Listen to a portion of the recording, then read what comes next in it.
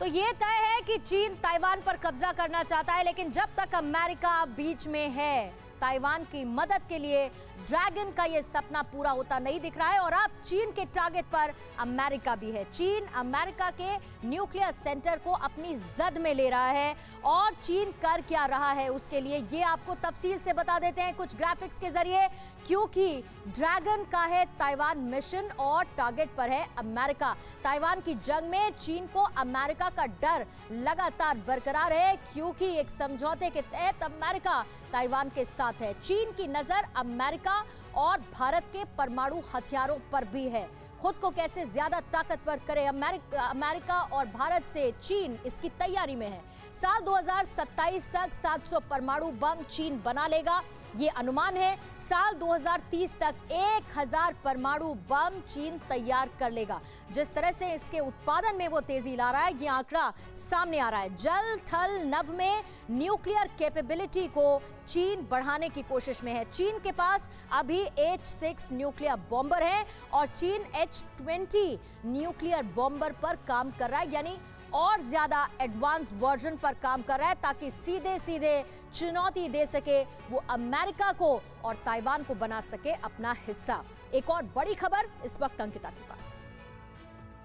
देखिए किस तरीके से मास बॉम्ब्स का प्रोडक्शन तो कर ही रहा है चाइना। बात इस वक्त की एक और बड़ी खबर की करेंगे। न्यूक्लियर ट्रेन भी बनाने में जुटा है चीन। चीन के पास 37,000 किलोमीटर लंबा रेलवे नेटवर्क है। रनिंग ट्रेन ने एटमी हमला करने का रोड मैप तैयार कर लिया है।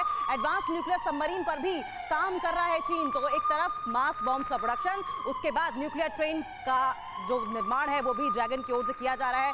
ये डेंजरस गेम क्या है ये भी आपको बताएंगे। रनिंग ट्रेन का निर्माण कर रहा है। एडवांस न्यूक्लियर सबमरीन पर भी चीन की ओर से काम किया जा रहा है।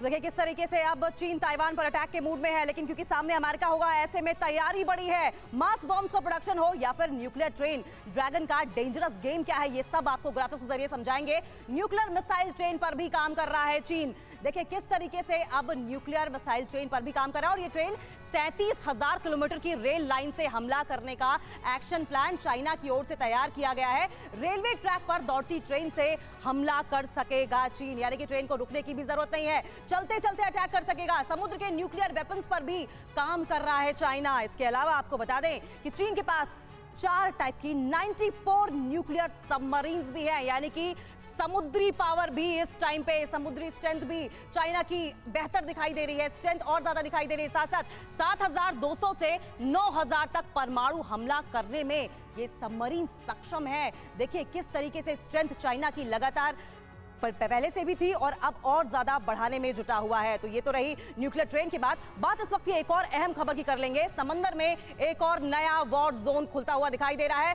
सोलोमन आइलैंड पर चीन और ऑस्ट्रेलिया के बीच टकराव बढ़ गया है। चीन ने ऑस्ट्रेलिया को ओपन वार्निंग दे दी है कि चीन ने कहा है कि ऑस्ट्रेलिया सोलोमन आइलैंड से दूर ही रहे, चीन का सामना करने की हिम्मत ना करे। दरअसल सोलोमन की ओर से साफ तौर पर यह ऑस्ट्रेलिया और न्यूजीलैंड को कह दिया गया था कि किसी भी आपदा की स्थिति में हम सीधे तौर पर चाइना से मदद लेंगे, और इसी पर नाराजगी अब ऑस्ट्रेलिया की ओर से दिखाई दे रही है। और इस बीच चीन ने ऑस्ट्रेलिया को ओपन वार्निंग दे दी है। चीन ने कहा है कि ऑस्ट्रेलिया सोलोमन आइलैंड से अब दूर रहे।